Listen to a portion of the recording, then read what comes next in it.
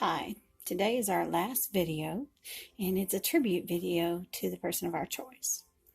The person I chose to use today is Vestal Freeman Goodman of the Happy Goodman family. So here's my tribute to you, Vestal.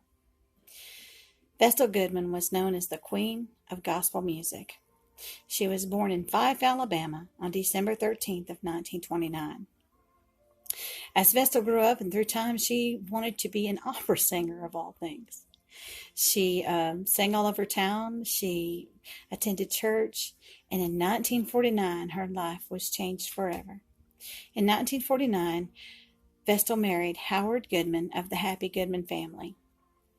She loved Christ so much you could hear it in every word that she said and every song that she sang. The Happy Goodman family sang on thousands of shows, and they were a traditional part of the Gaither family homecoming shows. As she married Howard and became part of this group, she became the lone soloist for the Happy Goodman family. So she was known for that big voice. In 1969, Vestal won the very first Female Vocalist of the Year Dove Award. And that's how she got the name Queen of Gospel.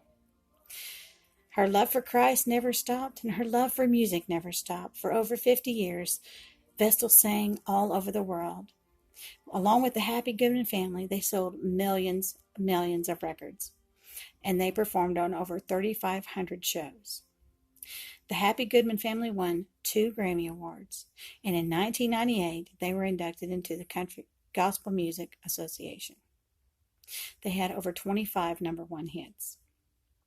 Throughout time, Vestal was known for her big hair, her big heart, and her big voice. One of the things that Vestal did, and it was a kind of a staple of her, was she wept with everything that she sang. She would sing and she would hear someone preaching about Christ, and she would hear someone else singing about the Lord, and she would cry. So she became the hanky-waving icon to everyone that knew her. So along with being the Queen of Gospel, she had that little hanky. And along with her big hair, Vestal had this wonderful way of dressing. So what she did to make it where it was more accessible for her is with every outfit that was made for her, or part of her wardrobe, was the hanky that would hang from her sleeve. So she could just reach down and touch it, get a hold of it, and as she sang and wept, she could wipe her tears. And therefore that gave her that title of the hanky-waving lady. So she was the Queen of Gospel. She was the hanky lady, but she was the lady with the loving heart and the greatest love for Christ that I've ever seen in my life. In December of 2003, she lost Howard. And so she went on to sing, and everyone said, "Are you going to retire?" And she said, "Retire? Are you kidding? Singing for Christ, being part of serving the Lord, is not a job. It's a calling, and I'll continue on. There is no retirement."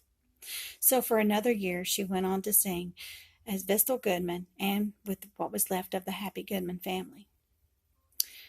On December 27th of 2003, we lost Vestal Goodman at the age of 74. Vestal, you are a lady that will never be forgotten. Your love for Christ still lights the dark of each person that hears your songs. And in 2004, shortly after her death, Vestal Goodman was inducted into the Gospel Music Hall of Fame as a female vocalist. She was a beautiful lady, an amazing singer, a beacon of hope to anyone that knew her. Singing for the Lord, praising the Lord, was all she lived for. Vestal, you will always be remembered as the hanky-waving Queen of Gospel Music. We thank you for everything that you've done for us. Thank you for being the lady that you were and the lady that I would love to be. Thank you. And I'll meet you on the other side of heaven. And I know my mama will be waiting there. I'll meet you on the other side of heaven, where we live for eternity there. Here's my hanky. my tribute to you. Thank you, Vestal.